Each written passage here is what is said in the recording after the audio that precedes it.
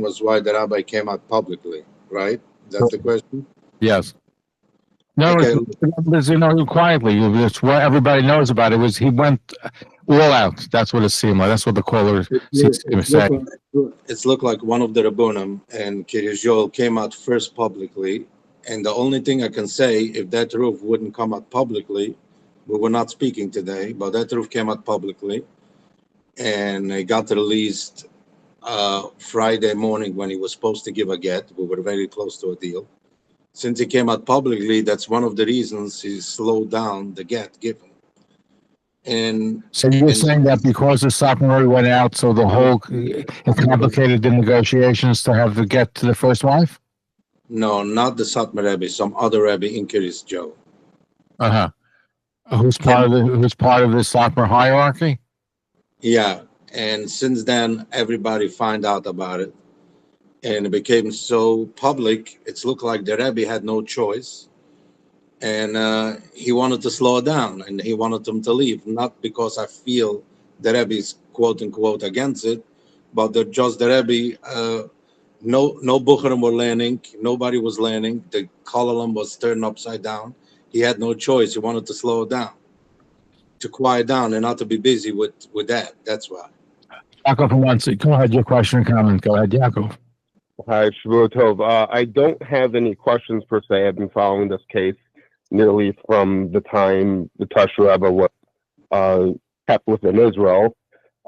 Just, as somebody who's directly affected by, my mother wasn't a gunner for well over a decade, so I don't take these things lightly. One thing I do have to say is that I do know the Tosh Rebbe personally, and I think it's important that it's said publicly that he's a person whose MO is not somebody who helps people, extort money from their wives. And I'm not saying whether, Mr. Markowitz is or isn't, but I know that the Tosh Rebbe did personally, and I know the people he's help women deal and get out of abusive relationships. He's and I've seen articles written about him and defaming his name, saying that he wrote a false heter me'er d'Rabbanan. So one, I think it's important to mention the fact that he was simply just a signatory on the heter. He wasn't the main Rav or posek who brought it to the table. He was a signatory on it. And two, he was the reader of the Kesuba at the wedding. And so also I think we should beg the question how it is that the Rabbanut, one is questioning the decision of a Beis Din America, and two, and obviously there's points where it's important that Rabbanut can hold a husband within the country because we don't want a gunners going around. But two, why is it that Rabbi Katz or the Tosh Rebbe is being held when he didn't actually play a crucial role in regards to... I think he just read the Kesuva, if I remember correctly, right? Rabbi Lipa, didn't he just read the Kesuva? Yeah, he read the Kesuba.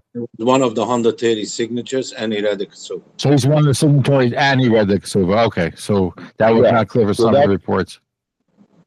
Right, so it's just an interesting question to be asked.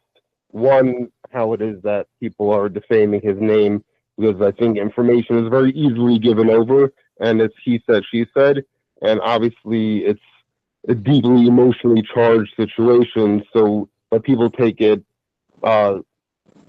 the opportunity to defame somebody who doesn't have the history of being a so-called rabbi who's helping men extort money from their wives, because that's not something he's ever done. And like I said, he's helped women get out of abusive relationships. I know people personally whose family members have been helped by him.